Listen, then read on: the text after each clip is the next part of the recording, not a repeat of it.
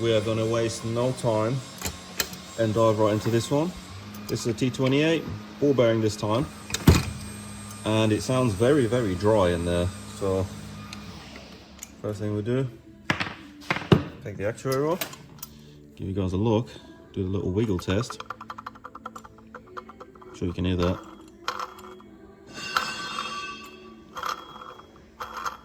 That does not sound healthy. As always, turbine housing got to come off first. Okay, that is super tight. Like super duper tight. Double up with some spanners, see if that'll do it. God damn. Okay. Maybe a bigger spanner for leverage, because the 13 is bending. God.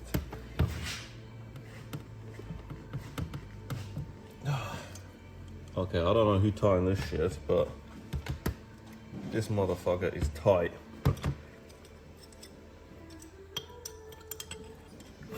And I mean tight.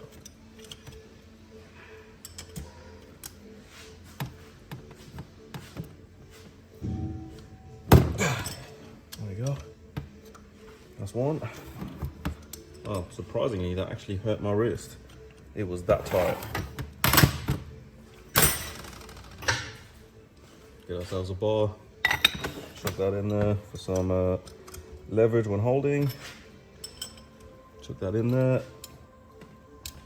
Crack the next one. Nice. That one cracked free. Nice. Another one. That's 3 down, 3 to go.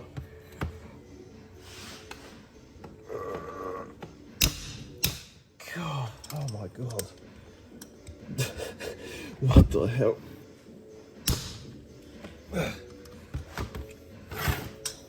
That's 4, if you can count that one, because that one's probably gonna snap. Oh, okay, that one was really easy. There's another one. It's the last one. And that one was really easy too. What we're gonna do, grab ourselves some oil. Chuck it in between here. Anything to help make these come out a little bit easier. Right, so we start with the worst ones first, which are always the ones on the oil drain, because you usually can't get the closed end on here. Luckily, it's not too bad on this one, and we could get on there. We're just gonna wind them out as far as possible. Okay, this one's tighty. Very, very tighty.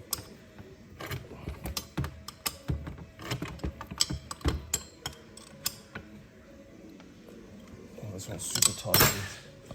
That one needs some more oil for sure. And this one, because we don't want to snap it, we're gonna actually tighten it back in, just to get the oil worked in and out of there. So hopefully that'll come out without snapping. It's quite a nice turbine housing as well. It's not cracked, so I'd like to keep this one without having to extract a bunch of bolts.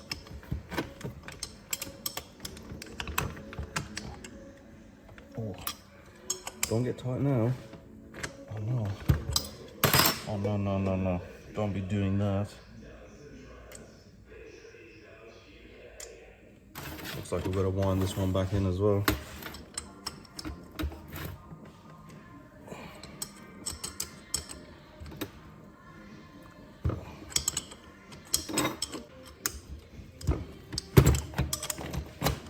Okay, please come out. Don't be a biatch. Please. Oh, she's coming. Oh, she's coming out.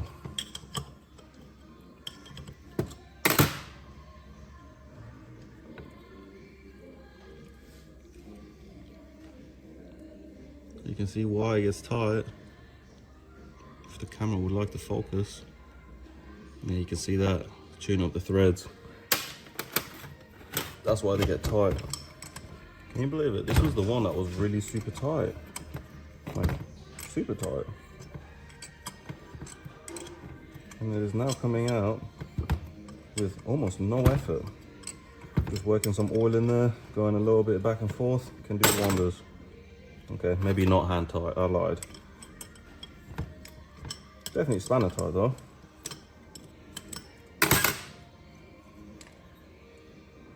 Again, same story. Look at that. You gotta be really careful removing these if you don't want to snap them. One retaining bracket.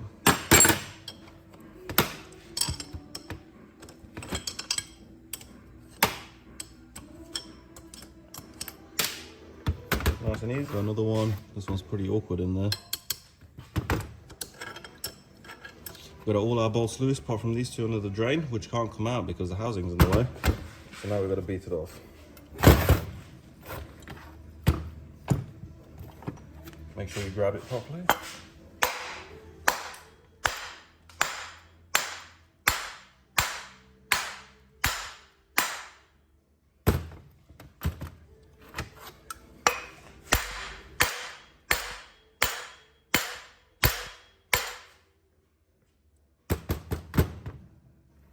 This one's stuck, boy.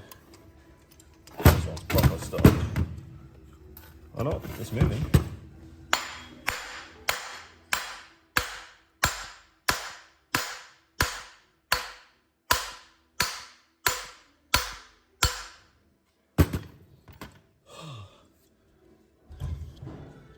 Man, takes it out of you, but got it free. Rotate that bad boy. Now get these last bolts out.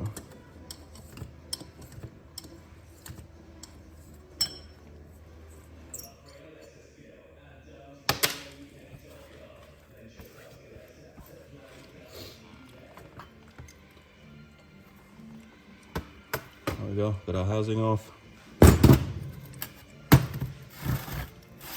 Got our core here. Get the snap ring out next.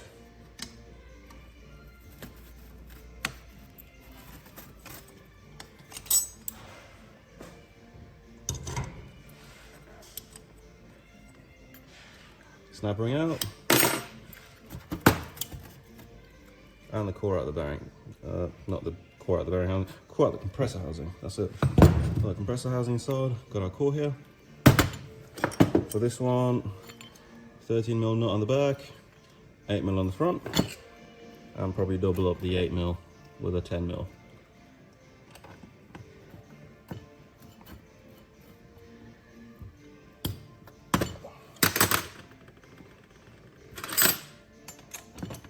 There we go. And before I take that off, I want to show you guys quite a bit of shaft play in this. And a very noisy bearing. Twist and pull, get your compressor wheel off. This one, unfortunately, no good to use, even though it's not chipped on the inducers. You can hear it on the edge of the blades. It's been catching the housing and has left it burred. So in theory, you could use this if you deburred this wheel, but I have so many of these spare. There's no point keeping this, so we'll just chuck this away. Then, again, ball bearing again. We're not worried about catching the balls in this one because this one is definitely no good. So we're just going to tap this one out.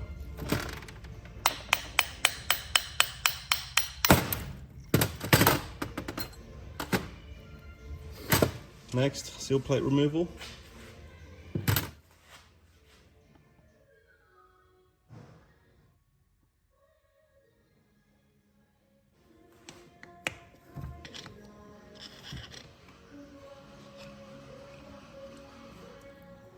Front seal plate. Doesn't actually look to be too bad. No massive scoring or anything. Some ball bearings.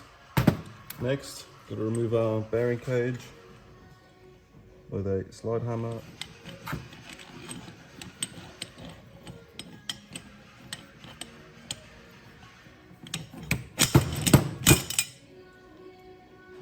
bearing cage, missing the rear race.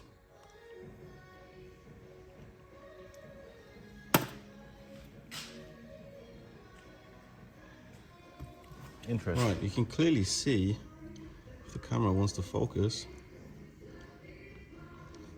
this bearing race in here. Can you see the damage in there? Right, all my nails pointing in there.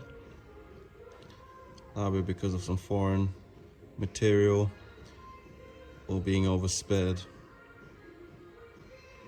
I'm gonna go with the former, not the latter. Looks like something went through there and nicely destroyed that ball bearing cage and the retainer. This is what's left of the retainer with one of the balls in it. All the other balls were just lying there. The rest of this plastic is missing. Which, by the way, should look like this front plastic here. So the rear ball retainer is completely gone from this cage. Yeah, doesn't seem to be hidden in here. You can also see very visible scoring on the rear seal area here. So bad actually that it goes all the way into there to the inside. The metal is actually deformed and melted away towards the inside. So this bearing housing is total scrap. This ball bearing cage, total scrap. This turbine shaft, total scrap. This compressor wheel, total scrap. Everything out of that turbo, total scrap, other than the beautifully rescued housing where we didn't snap any bolts. Also cracked through around the wastegate, which is also pretty rare and nice to see. Then we also have the compressor housing, which somebody has welded an inlet pipe here. Don't know why they did that, and that's going to be coming off and getting remachined. But the inside of the housing doesn't look too bad as well. There's no major scoring in here that we can see. So, to my conclusion, this was likely a temperature issue and some foreign debris that might have gone through here.